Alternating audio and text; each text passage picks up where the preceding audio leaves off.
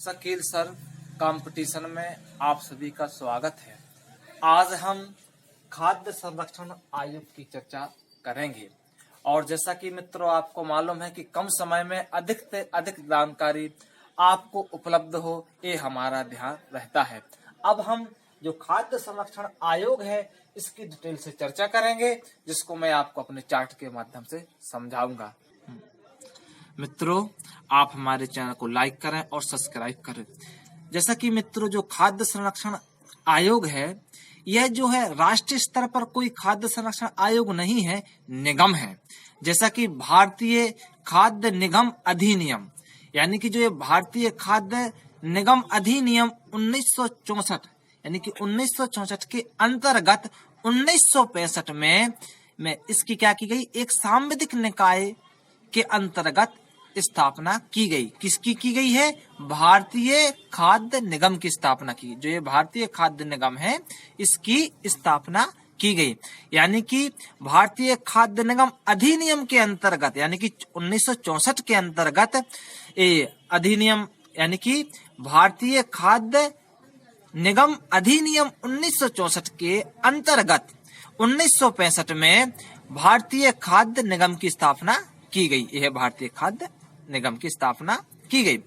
अब साथियों, यह क्या है? यह उपभोक्ता खाद्य एवं सार्वजनिक वितरण मंत्रालय के अंतर्गत कार्य करता है।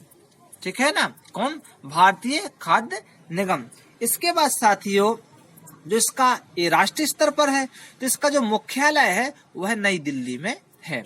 मित्रों, इसके कार्य क्या हैं? तो जैसा कि खाद्य अन्न एवं अन्य खाद्य पदार्थ की खरीदी, भंडारण, परिवहन एवं वितरण, यह सब इसके कार्य हैं। उसका परिवहन, भंडारण, जो उसका खर्चा आएगा, ये सब इसका देखता है।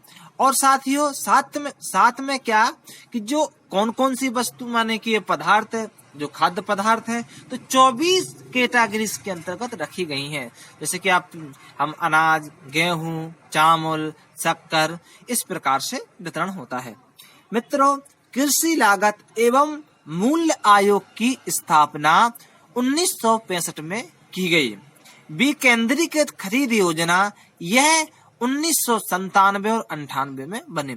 सार्वजनिक वितरण प्रणाली, इसको जरूर ध्यान रखें, सार्वजनिक वितरण प्रणाली यानी कि PDS 1960 में।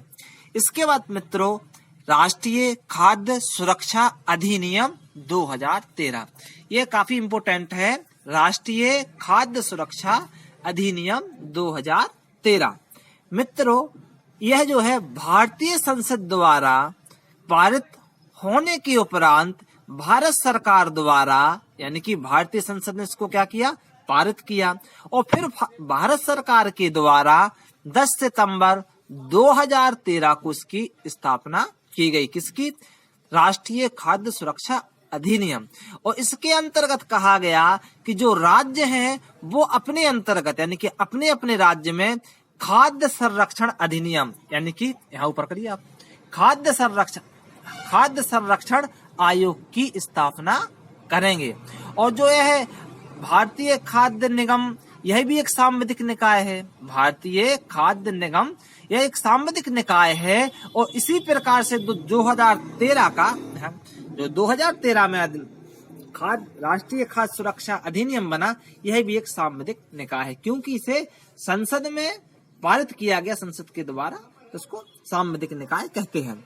मित्रों, इसके बाद इस कानून के तहत, यानी कि जो इसका लक्ष्य रखा गया है, उसमें लक्ष्य जो रहा है वो सार्वजनिक वितरण प्रणाली, यानी कि इस कानून के तहत लक्ष्य सार्वजनिक वितरण प्रणाली TPDS के अंतर्गत जो ग्रामीण क्षेत्र है वहां की 75% आबादी और शहरी क्षेत्र की 50% आबादी को रियायती दरों पर राशन उपलब्ध कराया जाएगा। खाद्यान्न उपलब्ध सरकारी दुकानों से।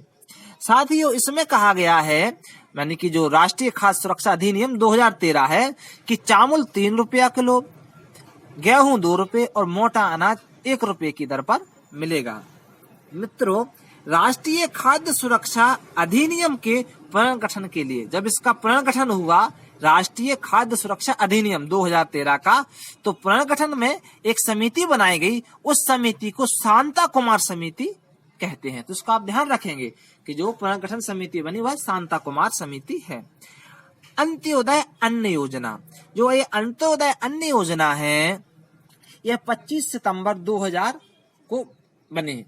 और साथियों, जब यह 2000 को बनी उस समय इसके अंतर्गत 25 किलो एक परिवार को अनाज खाद्य अन्न उपलब्ध कराया जाता था, लेकिन यह 2002 तक रहा। 2000 के बाद फिर 35 किलो कर दिया गया। आगे देखते हैं हम। इसके अंतर्गत प्रत्येक परिवार को 35 किलो राशन दिया जाएगा और गर्भवती एवं स्तनपान कराने वाली महिलाओं को गर्भ अवस्था के दौरान तथा प्रसव के 6 माह के बाद आंगनबाड़ी से भोजन और 6000 रुपए मातृत्व प्रदान किया जाएगा। यानी कि आंगनबाड़ी से, हाँ साथियों आपका पुनः स्वागत है। यानी कि आंगनबाड़ी से भोजन की और 6000 रुपए मातृत्व भी प्रदान किया जाएगा। आंगनबाड़ी से देखरेख रहेगी भोजन की। इसके बाद मित्रों, जो 2013 में राष्ट्रीय खाद्य सुरक्षा अधिनियम आया, ये जो 2013 में राष्ट्रीय खाद्य सुरक्षा अधिनियम आया, इसमें कहा गया कि हर राज्य अपने यहाँ एक खाद्य संरक्षण आयोग खोलेगा। तो फिर मध्य प्रदेश में खाद्य आयोग 21 जुलाई 2017 को इसकी स्थापना हुई और इसका जो मुख्यालय है वह सतपुड़ा भवन भोपाल में है। इसको ध्यान रखेंगे। मध्य प्रदेश खाद्य संरक्षण आयोग 21 जुलाई 2017 को इसकी स्थापना हुई। अब इसमें क्या है, मध्य प्रदेश में सार्वजनिक वितरण प्रणाली की शुरुआत 1 मार्च 2014 को की गई। 1 मार्च 2014 को। और मित्रों, राष्ट्रीय खाद्य सुरक्षा अधिनियम 2013 के अधीन इसकी शुरुआत की गई। यानी कि जो राष्ट्रीय खाद्य सुरक्षा अधिनियम 2013 में बना उसके अंतर्गत इसकी शुरुआत अधीन की गई। और इसके दायित्वों का निर्वाह पहले राज्य उपभोक्ता प्रतिशोषण आयोग करता था। यानी कि ये तो 2017 में यानी कि बना, तो हमारे मध्य प्रदेश में 2017 में इसकी स्थापना हुई, लेकिन राशन तो पहले से उपलब्ध होता था। तो उसके पहले राज्य उपभोक्ता प्रतिशोषण आयोग करता था। मित्रों, हमारे चैनल को लाइक करें और सब्सक्राइब करें। और जैसा कि हमारा ध्येय है कि कम समय में अधिक से अधिक जानकारी आपको उपलब्ध हो, आप स्क्रीनशॉट भी ले सकते हैं मित्रों। हाँ तो साथियों, अब हम इसकी संरचना पे चर्चा करेंगे। तो जो राज्य का है, तो राज्य की जो संरचना है खाद्य संरक्षण आयोग की, तो इसमें मित्रों एक अध्यक्ष होंगे, सदस्य 5 होंगे, एक सदस्य एससी वर्ग से, एक सदस्य एसटी वर्ग से और 2 महिलाएं होंगी। और एक सचिव होंगे। वह जो सचिव होंगे राज्य सरकार में संयुक्त सचिव या इससे ऊपर का अधिकारी, इससे ऊपर के अधिकारी होंगे। साथ ही इस प्रकार से यह 7 हुए सचिव, एक अध्यक्ष, 5 सदस्य, एक सचिव, 7 हुए। योग्यता, अब इसमें योग्यता क्या है, तो अखिल भारतीय सेवा संघ या संघ के किसी सिविल सेवा या राज्य सेवा में है या रहा है कोई भी सिविल पद धारण किया हो, या कृषि पोषण और स्वास्थ्य से संबंधित व्यवहारिक अनुभव या ज्ञान हो। तो यह इनकी योग्यता है जिन्हें अध्यक्ष बनाया जाए और सदस्य। साथियों, इसके बाद जो इनकी पद अवधि है वह 5 वर्ष की अवधि या 65 वर्ष जो पहले होगा। 5 वर्ष काल का कहलाया, मतलब 5 वर्ष से अधिक नहीं, और 65 वर्ष आयु जो पहले हो। अध्यक्ष सदस्य पुनः नियुक्ति के पात्र है, यानी कि अध्यक्ष और सदस्यों की पुनः नियुक्ति की जा सकती है। माने की जा सकती क्या है, मतलब पुनः नियुक्ति के पात्र हैं।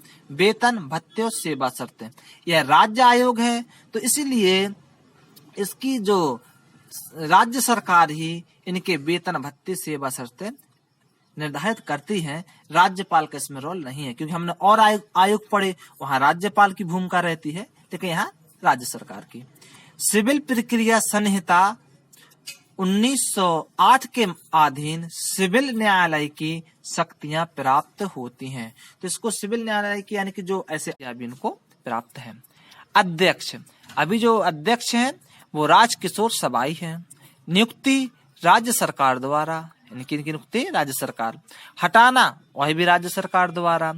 कार्यालय, इनके कार्य क्या हैं, तो राज्य सरकार को ये सलाह भी देते हैं और साथ में जो इनके विभाग से संबंधित जो भी इनके मामले हैं, जो इनकी देख रेख है, उसका मूल्यांकन भी करते हैं अपनी गतिविधियों की, और साथ में यानी कि मूल्यांकन भी करते हैं। रिपोर्ट यह राज्य सरकार को सौंपते हैं और राज्य सरकार इसे विधानमंडल में रखते हैं।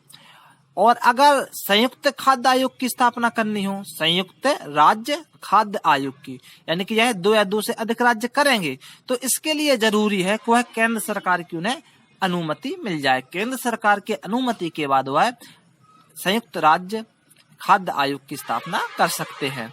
साथियों, जरूर आपको कम समय में अधिक जानकारी मिली होगी और आपको पसंद आई होगी। आप हमारे चैनल को लाइक करें और सब्सक्राइब करें और अपने अधिक से अधिक मित्रों को इसको शेयर करें, ताकि उनका भी समय जो है उसकी समय की बचत हो और उन्हें कम समय में अधिक से अधिक जानकारी मिले। यही हमारा ध्येय है और आपकी भी सोच होनी चाहिए। नमस्ते साथियों।